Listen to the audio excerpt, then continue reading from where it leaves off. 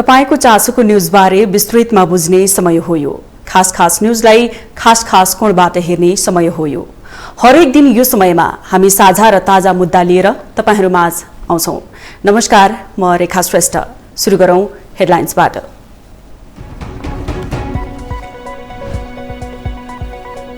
भारतीय नक्सामा नेपाली भूमि समेटिएकोमा कूटनीतिक नोट पठाउन सांसद पन्तको माग। राजदूत शर्माले हिन्दू राष्ट्रको पक्षमा गरेको वकालत मर्यादा विपरीत भएको टिप्पणी। स्थानीय उत्पादन वृद्धि र संरक्षण गर्नकै लागि तरकारीमाथि कर लगाएको अर्थमन्त्री महतको दावी। अनुदान वास्तविक किसानसम्म पुर्याउने प्रतिबद्धता।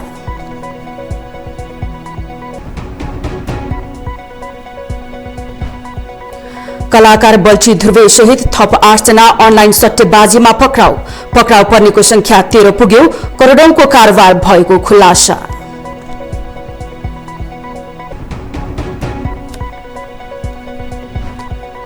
काठमाडौँको भ्रिकुटी मण्डपमा आयोजना गरिएको शैक्षिक मेला महानगरद्वारा बन्द। नतिजा नआउँदै विद्यार्थी भर्नाको व्यापार गरेको आरोप।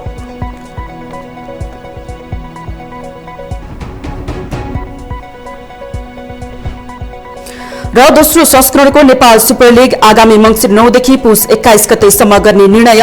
नयाँ टिम सहित प्रतियोगितामा 10 टोली सहभागी हुने।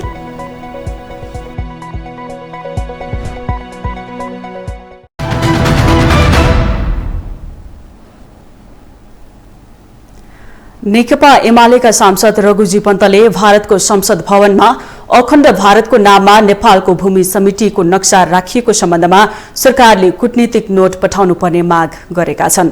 बिहिबार प्रतिनिधि सभा बैठकको आकस्मिक समयमा सांसद पन्तले नेपाली भूमि भारतीय नक्सामा समेटिँदा समेत राज्य मौन भएको भन्दै यस्तो मौनता देशको स्वाधीनताप्रतिको व्यवस्था भएको बताए।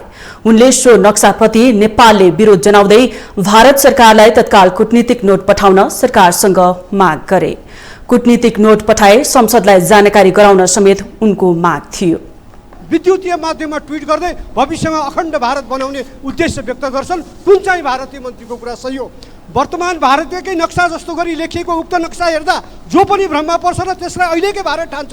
यस्तो नक्साप्रति हामी मौनता, देशको स्वाधीनताप्रति हाम्रो मौनता देशको स्वाधीनताप्रतिको व्यवस्था हो। त्यसैले यस नक्साप्रति विरोध जनाउँदै नेपाल सरकारले भारत सरकारलाई तत्काल कूटनीतिक नोट पठाएर संसदलाई जानकारी दिन माग गर्दछु। सांसद पन्तले नेपालको परराष्ट्र नीतिमा खलबल उत्पन्न हुन थालेको दावी समेत गरे। केही दिन अघि एक संचार माध्यमसँगको अन्तर्वार्तामा भारतका लागि नेपाली राजदूत शंकर शर्माले हिन्दू राष्ट्रको पक्षमा वकालत गरेको भन्दै यसबारेमा सरकारको स्पष्ट धारणाको माग गरे। तर राजदूत त्यहाँ गएर धर्मनिरपेक्षता कुरा गर्नुहुन्छ। बीआरआईलाई उहाँ लोन ट्र्याप्ड भन्नुहुन्छ। बीआरआई को लोनको विश्वव्यापी रूपमा यस्तो आलोचना भएको छ, त्यसबारेमा हामीले सोच्नुपर्छ भन्नुहुन्छ। नेपालले त्यो एग्रिमेन्ट गरेको छ बगैँचा साथ बीआरआई को बारेमा। सांसद पन्तले राजदूत शर्माले 14 महिनापछि मात्रै भारतीय विदेश मन्त्रीलाई भेट गर्न पाएको भन्दै नेपाललाई हेपेको कारण समयमै सम्बन्धित पक्षलाई जानकारी गराउनु पर्ने माग समेत राखे।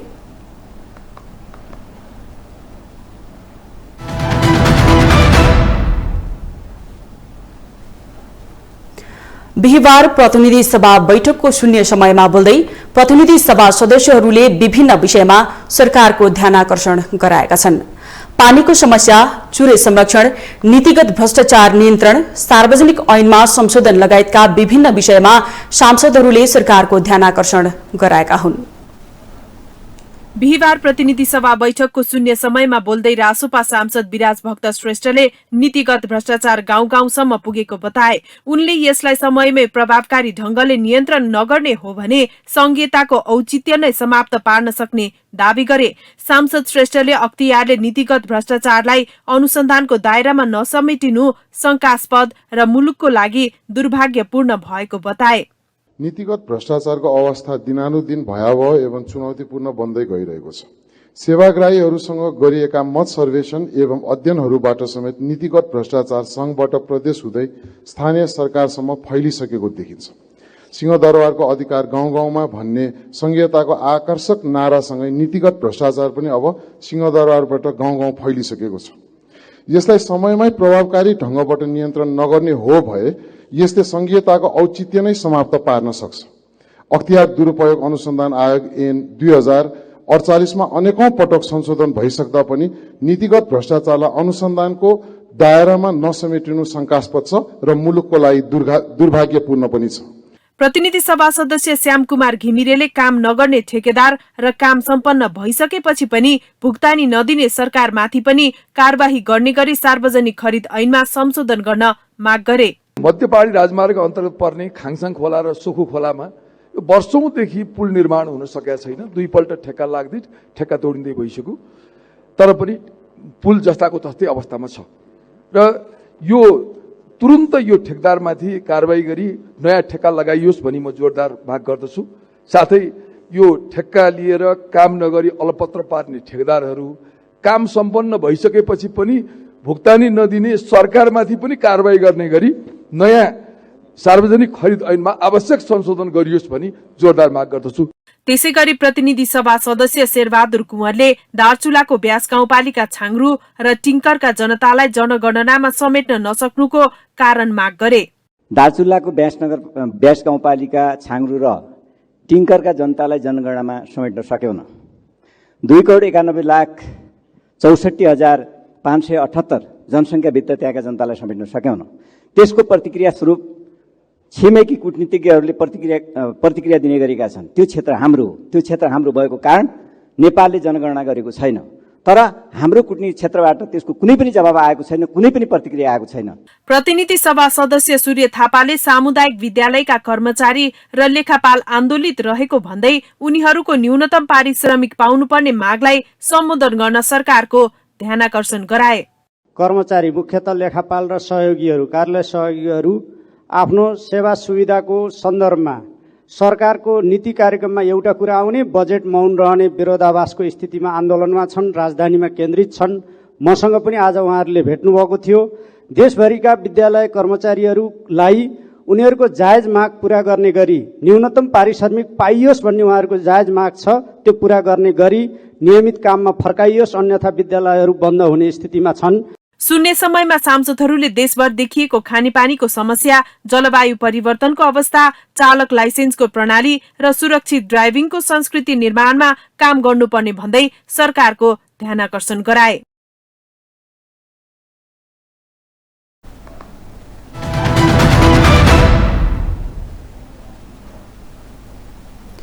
संघीय संसद अन्तर्गतको प्रतिनिधि सभामा बिहिबारदेखि मन्त्रालयगत रूपमा विनियोजन बजेटमाथिको छलफल शुरू भएको छ।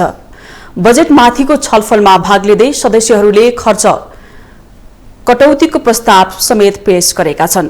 छलफलमा सहभागी प्रतिनिधि सभा सदस्यले राखेको सुझाव अबको पालोमा। र यो समग्र बजेटमा धेरै छलफल भइसकेको हो।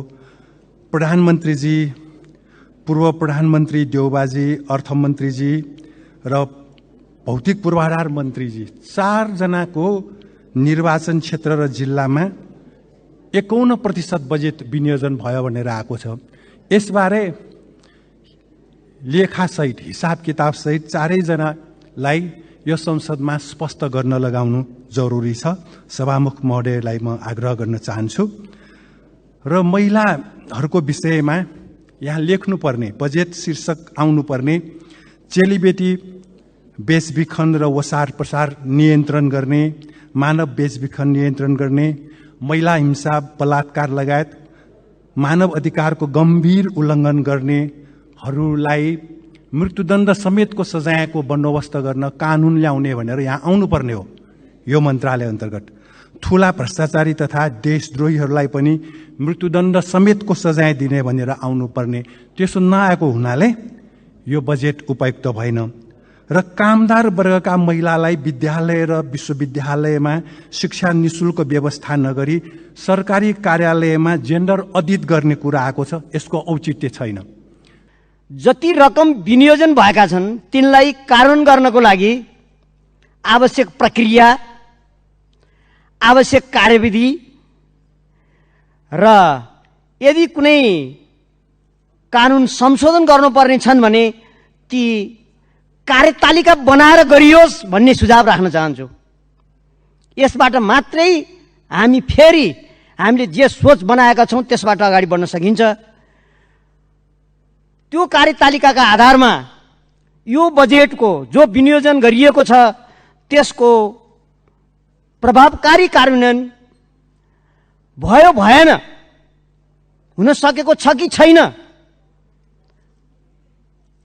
त्यसको निरीक्षण, अनुगमन, मूल्याङ्कनको एउटा विधि तय गरियोस्।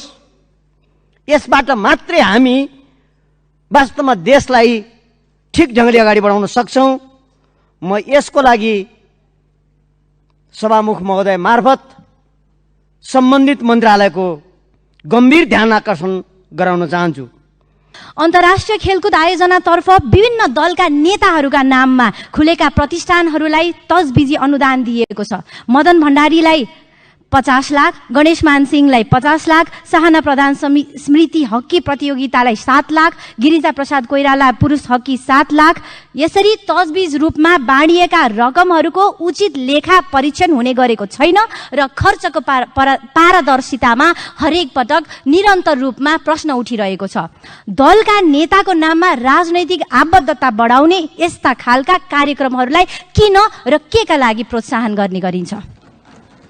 राजनीति विभाजनको प्रतीक भइरहँदा खेलकुद राष्ट्रिय एकताको प्रतीक मानिन्छ। तर हाम्रो हकमा भने जसरी राजनीतिलाई फोहोरी खेल बनाइएको छ त्यसै गरी नै खेल क्षेत्रलाई पनि राजनीति र विभिन्न नेताहरूको नाममा दूषित गर्ने प्रयास गरिन्छ।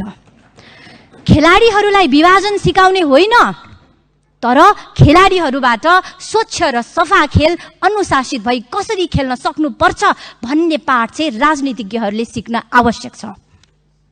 नेपालमा अहिले सबैभन्दा ठुलो समस्या के छ त भने छोराछोरीले बाउआमालाई नहेर्ने, लगेर वृद्धाश्रममा लगेर छोडिदिने, बाटोमा लगेर छोडिदिने। जस्तो प्रकार हामीहरूले गाईलाई दुध खाएर गाईको दुध खाएर हामीहरू बेवारिस अवस्थामा छोडिदिन्छौँ। त्यस्तै गरेर नेपाली अधिकांश बाउआमाहरू कि त वृद्धाश्रममा छन् कि सडकमा छन्, बेवारिस अवस्थामा छन्। त्यसकारण मेरो मन्त्रीज्यूलाई विशेष अनुरोध छ, एउटा विशेष प्रकारको कार्यक्रम ल्याउँ न मन्त्रीज्यू, जसले गर्दाखेरि छोराछोरीहरू र बाउआमाको बीचमा अपनत्व होस्। उनीहरूले पनि यो हाम्रो कर्तव्य हो, हामीहरूलाई जन्म दिने बाउआमालाई हामीले नै पालन पोषण गर्नुपर्छ। किनभने केटाकेटी र ज्येष्ठ नागरिकहरूलाई परिवारको आवश्यकता पर्छ। उनीहरूले आफ्नो परिवार चाहन्छन्, परिवारसँग बस्न चाहन्छन्। तर तपाईँले ल्याएको यो कार्यक्रममा वृद्धाश्रमहरू प्रदेश ठाउँ ठाउँमा धेरै ठाउँमा खोलिएको छ। त्यसकारण यो वृद्धाश्रम खोल्ने जुन बजेट हो त्यसलाई प्लिज यस्तो कार्यक्रममा तपाईहरुले त्यसलाई रकमान्तर गर्नुहोस्, पछि गएर कार्यक्रमहरुमा फेरबदल गरिदिनुहोस्, जसले गर्दाखेरि परिवारहरुको बीचमा बाउआमाहरु बस्न सकुन्। प्राकृतिक स्रोत साधनले भरिपूर्ण यो देश नेपाल, हामी यसलाई चाहिँ कानुनी र नीतिगत सुधार र समय सापेक्ष गर्न नसक्दा हामी यो चाहिँ मुलुक पछाडी परेको छ। प्रकृतिले हामीलाई धेरै प्रचुर सम्भावनाहरू देखाएको छ, तर विभिन्न खालका चाहिँ नीतिगत कुराहरू देखाएर विभिन्न खालका फन्डिङहरू चाहिँ यहाँ लिएर आएर आयोजित कुराहरू लिएर आएर विभिन्न अभिसन्धिहरूमा चाहिँ एउटाको नाममा हामीलाई चाहिँ धेरै अडचन थाप्ने, यो गर्न हुँदैन, त्यो गर्न मिल्दैन भन्ने जस्ता लगायतका महत्त्वपूर्ण चाहिँ एउटा हाम्रो मुलुकलाई अगाडि बढाउनका निमित्त महत्त्व राख्ने चाहिँ धेरै आयोजनाहरूलाई पनि त्यसले चाहिँ प्रभावित गर्ने र चाहिँ डिले गर्ने र त्यसलाई काम अगाडि बढाउन नदिने जस्ता धेरै कुराहरू चाहिँ भएको कुरा त विगत समयदेखि हामीले भोगिरहेका छौँ। त्यसो भएको हुनाले हामीले चाहिँ यो विषयतर्फ पनि सरकारले समयमै हामी सचेत होस् भन्ने कुरा राख्न चाहन्छु।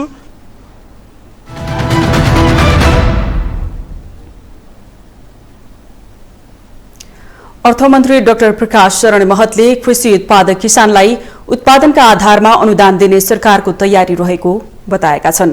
बिहिबार अर्थ मन्त्रालयमा नेपाली किसानहरूले अर्थमन्त्रीलाई आलु प्याज तरकारीमा कर लगाएर नेपालमा कृषि उत्पादन गर्न सहज वातावरण बनाएको प्रति आभार प्रकट गर्न पुगेको किसानहरूको टोलीसँग कुरा गर्दै उनले यस्तो बताएका हुन्। उनले सरकारले विगतमा कृषि क्षेत्रमा दिने अनुदान वास्तविक किसानले नपाएको भन्दै उत्पादन हेरेर अनुदान दिने व्यवस्था बजेटले गरेको बताए। अर्थमन्त्री महतले सरकारले तरकारीमा कर स्थानीय उत्पादन वृद्धि र संरक्षण गर्नका लागि लगाएको दावी गरे। उनले आलु प्याजमा लगाएको करले उपभोक्ता मूल्यमा वृद्धि नहुने उल्टो मूल्य घट्ने बताए। अर्थमन्त्री महतले सरकारसँग स्थानीय उत्पादनलाई प्रोत्साहन गर्न कर लगाउनुको विकल्प नभएकोले कर लगाएको बताए। चाहे शुद्ध रूपमा यो स्थानीय उत्पादनलाई चाहिँ प्रोटेक्सन गर्ने हो। प्रोटेक्सन गर्ने धेरै उपायहरू छ, त्यसमध्ये कर पनि एउटा उपाय हो। भन्सारमा लगाउने हामीले भ्याट पनि लगाएको छौँ, अरू उपाय थिएन किनभने अब साफ्टा एग्रिमेन्ट तमाम कारणले यो भ्याट मार्फतै गर्नुपर्ने स्थिति थियो, त्यस कारण गऱ्यौँ। अर्थमन्त्री महतले सरकारले नयाँ टेक्नोलोजी प्रयोग गर्ने कृषकहरूलाई प्राथमिकतामा राखेर उत्पादन अनुदान दिने बताए। उनले नेपाली किसानहरूलाई ढुक्क भएर उत्पादन बढाउन आग्रह गरे।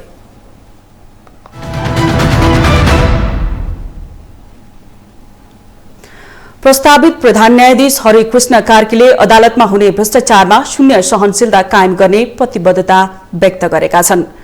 न्यायपालिकामा स्वच्छ पारदर्शितालाई जोड दिने बताउँदै भ्रष्टाचार रोक्न सूक्ष्म अनुसन्धानदाता खटाउने व्यवस्था गर्ने पनि बताए।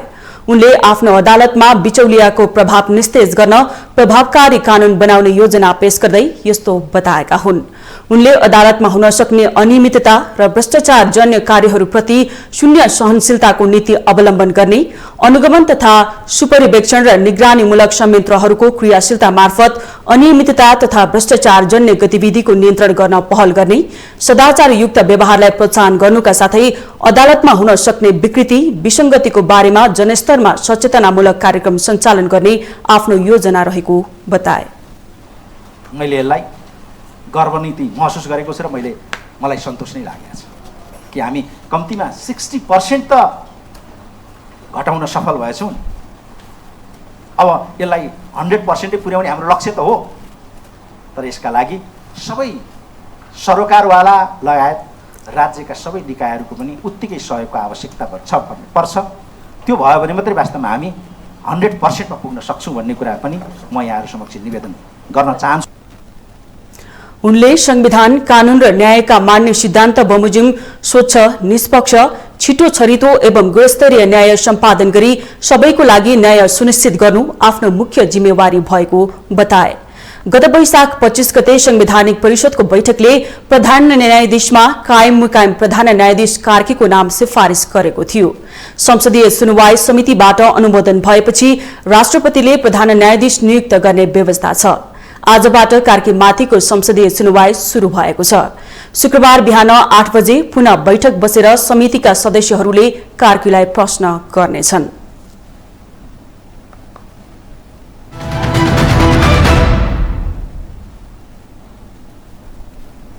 सरकारले मुख्य सचिवमा डाक्टर बैकुण्ठ अर्याललाई नियुक्त गर्ने निर्णय गरेको छ। बिहिबार सिंहदरबार स्थित प्रधानमन्त्री तथा मन्त्री परिषदको कार्यालयमा बसेको मन्त्री परिषदको बैठकमा सरकारको मुख्य सचिवमा डाक्टर बैकुण्ठ अर्याललाई नियुक्त गर्ने निर्णय गरेको हो। सचिवहरू मध्येमा वरिष्ठताका आधारमा अर्याललाई मुख्य सचिवमा नियुक्त गरिएको परराष्ट्र मन्त्री नारायण प्रसाद साउदले जानकारी दिए।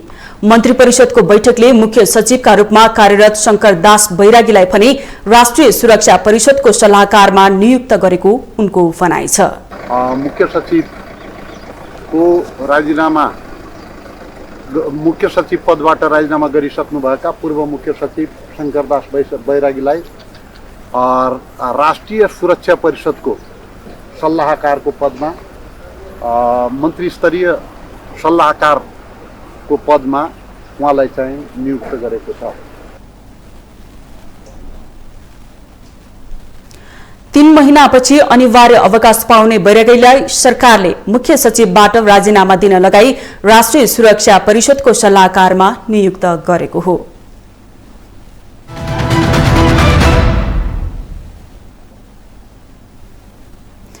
तपाईलाई न्यूज इनसाइटमा पुनः जोड्नेछौं।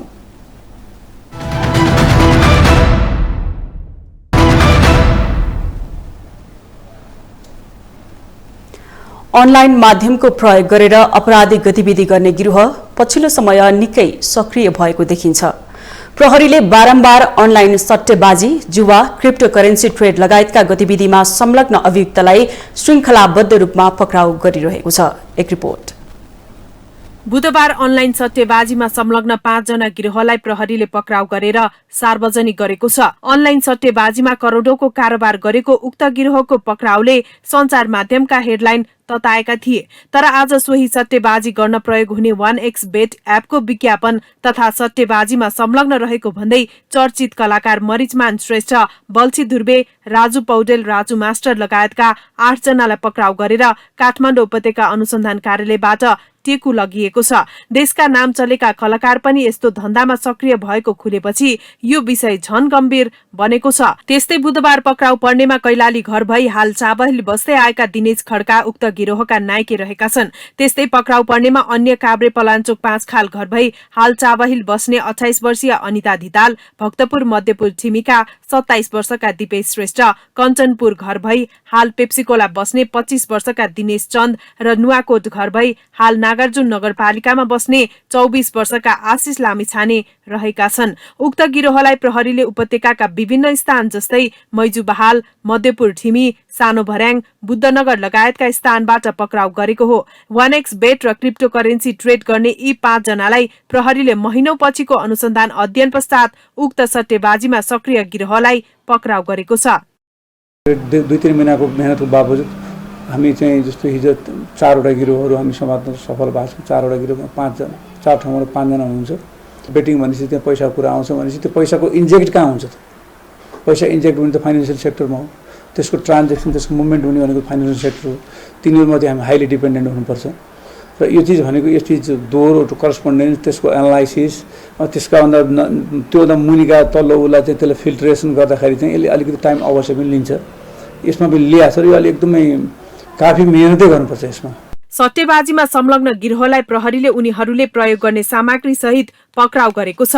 प्रहरीले बरामद गरेको सामग्री यस्ता छन्: ल्यापटप 4 थान, डायरी 6 थान, सिम कार्ड 34 थान, मोबाइल 7 थान, नागरिकताको प्रतिलिपि 6 थान, विभिन्न चेकबुक 14 थान, विभिन्न बैंकका एटीएम 5 थान, राउटर 2 थान। पक्राउ परेका मध्ये दिनेश खड्काले रामविलास डी थारू, तेजबहादुर कठायत खड्का, नवीन चौधरी र अनिता धितालको कागजातहरू प्रयोग गरी विभिन्न 63 वटा खाता खोली उक्त सट्टेबाजीको कारोबार गरेको पाइएको छ।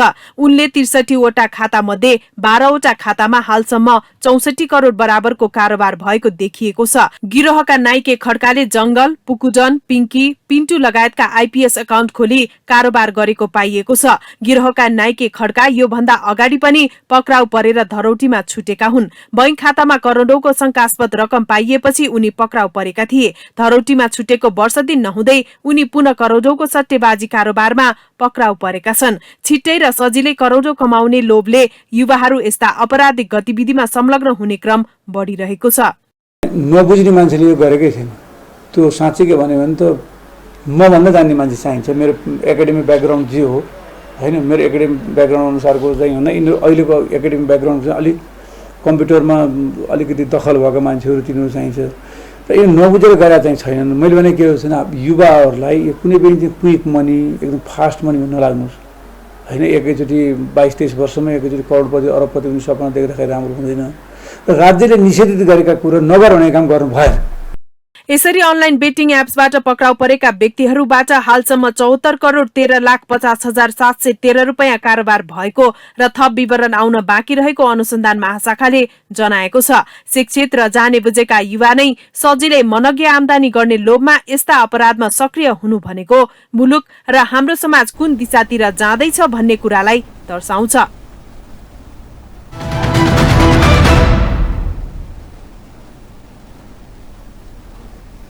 अनलाइन बेटिङ 1xbet प्लेटफर्मको गैर कानूनी रूपमा विज्ञापन तथा प्रचार प्रसार गरेको आरोपमा कलाकारहरू र युट्युबर सहित केही व्यक्तिहरू पक्राउ परेका छन्। पछिल्लो समय सामाजिक सञ्जालमा बेटिङ तथा क्यासिनो गेमिङ एपहरूको प्रचार तीव्र रूपमा हुन थालेपछि प्रहरीले त्यस्तो कार्यमा संलग्न व्यक्तिमाथि कारबाहीको तयारी थालेको हो। 1x को आरोपमा कलाकार पक्राउ परेको विषयलाई लिएर यतिबेला सामाजिक सञ्जालमा विभिन्न किसिमका टीका टिप्पणीहरू शुरू भएका छन्। यसै विषयमा सामाजिक सञ्जाल प्रयोगकर्ताहरूले व्यक्त गरेका विचारहरू अबको क्रममा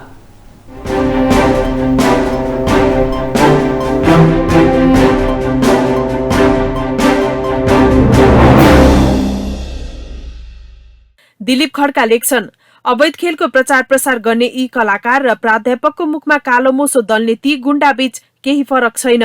फौजदारी अभियोग लगाऊ, पैसाको किर्नाहरूलाई गलत गर्नेलाई छुट छैन। त्यस्तै कृष्णराज अधिकारीको भनाइ छ, ऊ त्यसले गरिरहेछ, हामीले किन गर्न नहुने भन्दै गर्दै गर्दाको फल हो 1x बेट कलाकारहरू पक्राउ प्रकरण। के अब सबै युट्युबर पनि पक्राउ पर्छन्? राज्यको गतिलो नीति नहुँदाको नतिजा। यता राजन अधिकारी छेत्री भन्छन्, बल्छी दुर्बे र राजु मास्टर समातिएछन्। अनलाइन बेटिङ, 1x बेट र क्रिप्टो कारोबार खुलेआम गर्ने धेरै मोटो भ्लगरहरू कलाकारहरू छन्। उनीहरूका भिडियोमा खुलेआम अवैध प्रचार भइरहेको छ, सबै समातौं। त्यसैगरी निर्मल प्रसाई लेख्छन्, पैसाको लागि अवैधानिक विज्ञापन पनि खेलिदिने रहेछन् कलाकार। यो पनि एक प्रकारको भ्रष्टाचार हो 1x बेट। त्यस्तै सुसन धमला ट्वीट गर्छन्, 1x बेट प्रयोग गर्ने र प्रचार गर्ने सबै कार्यवाहीमा पर्नुपर्छ। चर्चित सेलिब्रेटी युट्युबरलाई मात्र होइन, क्रिकेट नेपाललाई पनि कार्यवाहीमा ल्याउनुपर्छ, आउनुपर्छ। कानून विपरीत हो, सार्वजनिक रूपमा थाहा हुँदाहुँदै खेलका समय प्रचार बोर्ड राख्ने, क्यानलाई कार्यवाही गर्ने कि नगर्ने।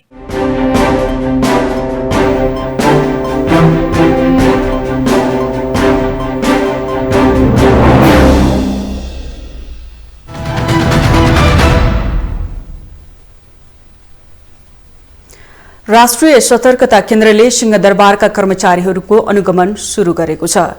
कर्मचारीहरूले कार्यालय समयमा हाजिर गरेर निस्कने क्रम बढेको भन्दै सतर्कता केन्द्रले बिहीबार सिंहदरबार दक्षिण गेटमा बसेर अनुगमन गरेको हो।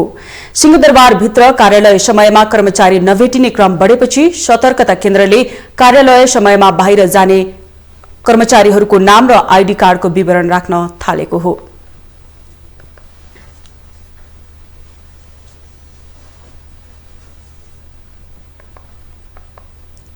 समय 10 बजे अफिस आउने अनि त्यसपछि हाजिर गरी निस्किने कर्मचारीको लागि चाहिँ अनुगमन गरिएको हो।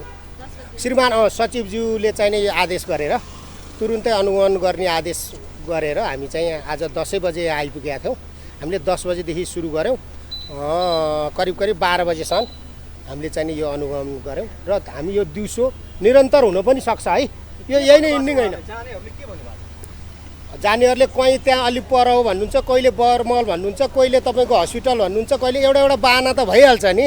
उहाँहरूले बाहना बनाउने कुरालाई पत्याउनु भएन कि यहाँ कैफियतमा हामीले लेखेका छौँ। सिंहदरबारभित्र कार्यालय समयमा कर्मचारी नभेटिने क्रम बढेको गुनासो आएको र बाहिर निस्किने कर्मचारीहरूले कुनै न कुनै बहाना बनाउने गरेको उपरीक्षक अधिकारीले बताए।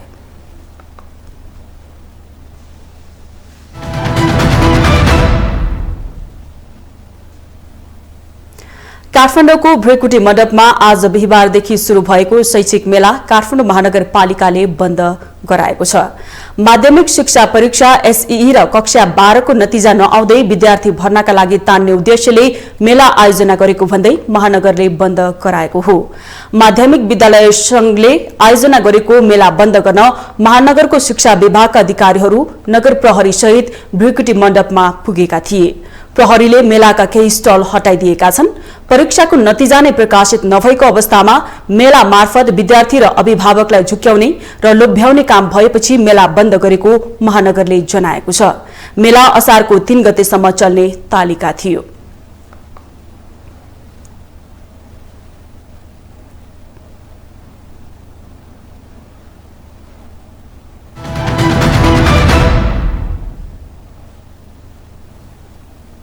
तपाईलाई न्यूज इनसाइटमा पुनः जोड्नेछौं।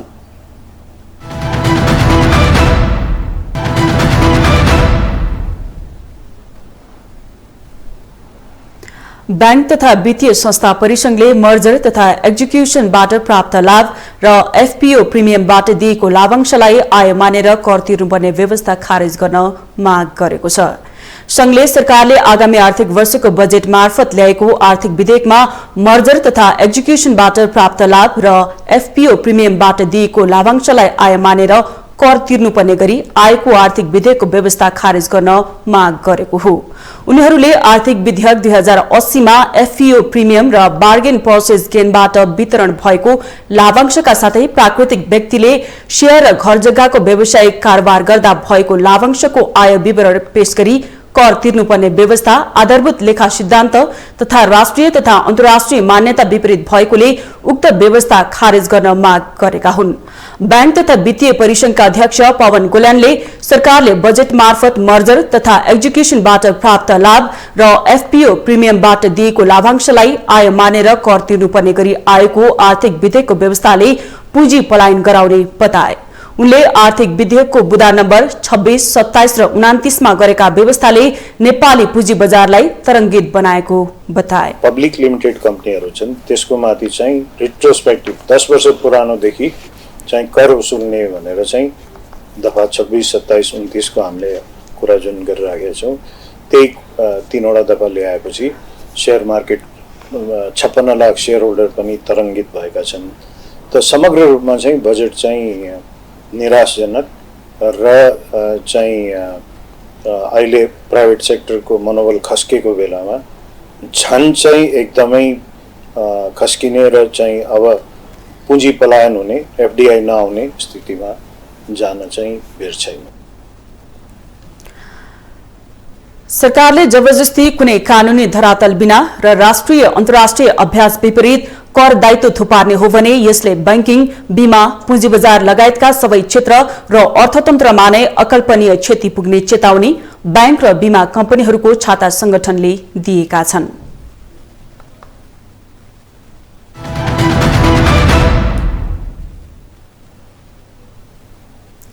शेयर बजारमा यो साताभर लगातार वृद्धि भएको छ। कारोबार भएका 5 दिनमा शेयर बजारमा 103 अंकको वृद्धि भएको छ।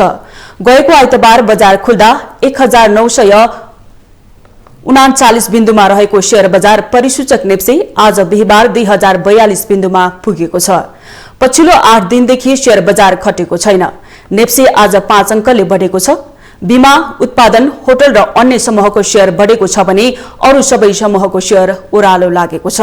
बुधबार 5 अर्ब रुपैयाँ भन्दा धेरैको कारोबार भएकोमा आज 270 वटा कम्पनीका 78,96,000 किता शेयर 3 अर्ब 62 करोड 81 लाख रुपैयाँमा कारोबार भएका छन्।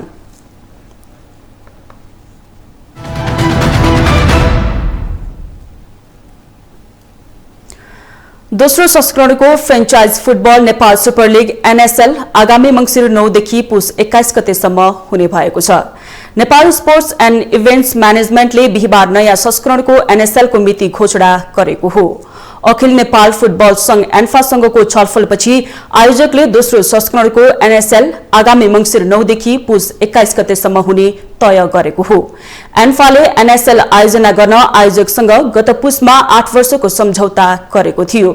प्रतियोगितामा यसपटक 10 टिमले प्रतिस्पर्धा गर्ने भएका छन्। यस वर्ष 3 टिमलाई थप गर्दै एनएसएलले प्रतियोगिता खेल्ने टिमको संख्या 10 पुर्याएको हो। दोस्रो संस्करणमा Biratnagar city FC, Birgunj united FC, Butwal Lumbini FC, Dhangadhi FC, FC Chitwan, Jhapa FC, Kathmandu Rayzrs FC, Lalitpur city FC र पोखरा थन्डर्स र स्पोर्टिङ इलाम एफसी दि मेचीको सहभागिता हुनेछ। पहिलो सिजनको उपाधि काठमाडौँ रेजर्स एफसीले जितेको थियो।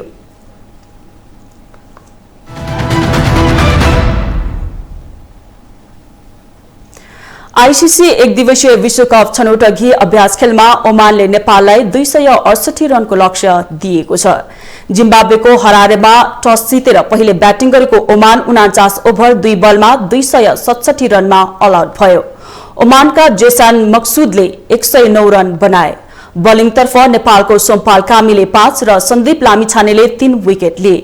यस्तै करण केसी र प्रतीश जीसीले 1-1 विकेट लिए। यसअघि मंगलबार भएको अभ्यास खेलमा नेपाल यूएईसँग पराजित भएको थियो। यसअघि दक्षिण अफ्रिकामा भएको अभ्यास खेलमा नेपाल स्कटल्याण्ड र नेदरल्याण्डसँग पराजित भएको थियो। विश्वकप छनौट प्रतियोगिताको समूह एमा Nepal, West Indies, Zimbabwe, America र नेदरल्याण्ड छन्। समूह बीमा आयरल्याण्ड, श्रीलंका, यूएई, स्कटल्याण्ड र ओमान छन्।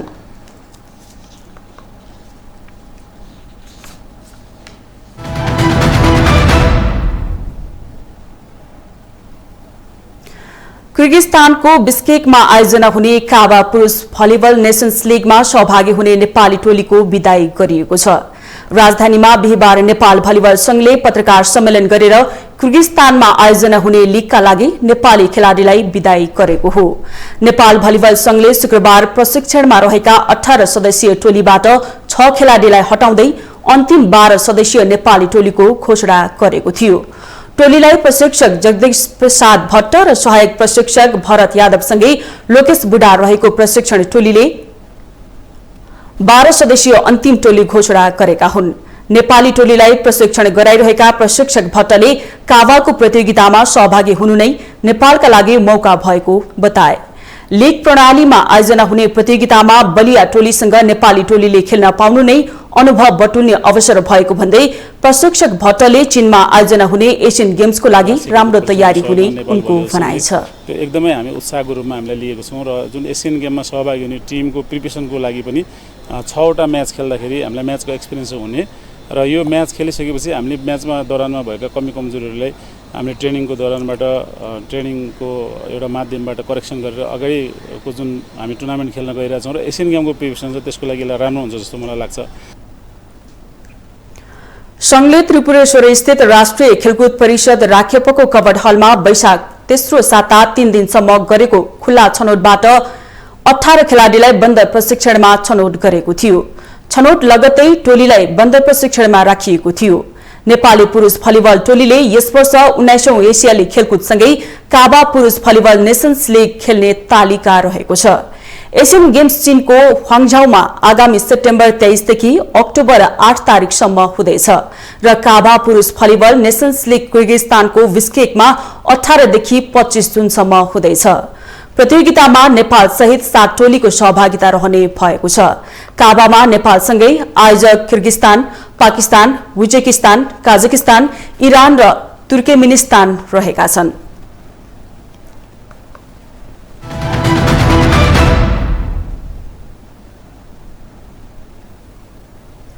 नेपालले खेल्ने एशिया कपको आयोजनाको विवाद टुंगिएको छ।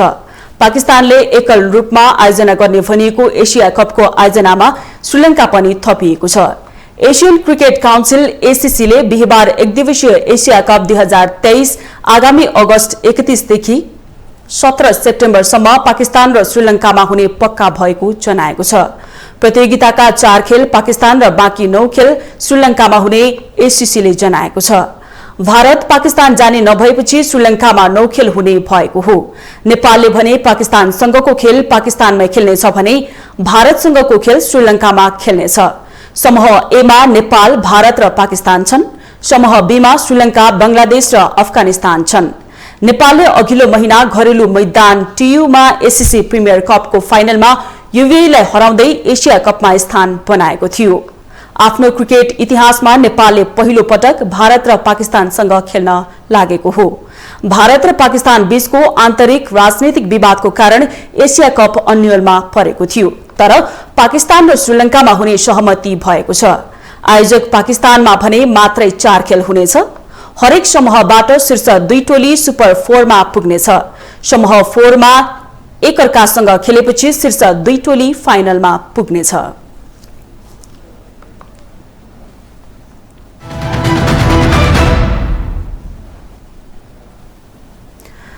ग्रीकमा शरणार्थी बोकेको लिबियाबाट इटलीतर्फ जाँदै गरेको आप्रवासी चढेको डुङ्गा दुर्घटना हुँदा 79 जनाको मृत्यु भएको छ। आप्रवासी चढेको डुङ्गा दक्षिणी तटमा दुर्घटना हुँदा ठूलो क्षति भएको अन्तर्राष्ट्रिय सञ्चार माध्यमले उल्लेख गरेका छन्। स्थानीय सञ्चार माध्यम र उद्धारका लागि पुगेका अधिकारीहरूलाई उद्धृत गर्दै त्यहाँ राहत र उद्धारको खाँचो रहेको बीबीसीले खबरमा उल्लेख गरेको छ। दुर्घटनामा अरू धेरै मानिसहरू हराइरहेको समाचारमा उल्लेख छ। डुङ्गामा कम्तीमा 400 जना सवार थिए। हालसम्म 100 भन्दा धेरैको उद्धार गरिएको छ भने बाँकीको खोजी कार्य जारी छ। यसैगरी अफगानिस्तानको सामङ्गन प्रान्तमा निसासिएर 2 जना खानी मजदुरको मृत्यु भएको छ। घटनामा अरू 35 जना बेहोस भएका छन्। सामङ्गन प्रान्तको दरा ए सुफ बाला जिल्लाको मेराक दाहाने कोइला खानीमा उक्त घटना भएको अफगान सञ्चार माध्यमले जनाएको हो। उक्त कोइला खाने गैर व्यावसायिक भएको तालिबानका प्रशासन अन्तर्गतको दरा ए सुफवालाका गभर्नर मोहम्मद नसिम खैबर सेकानले बताएका छन्। सुरक्षा उपाय नअपनाउँदा उक्त घटना भएको उनले बताएका छन्।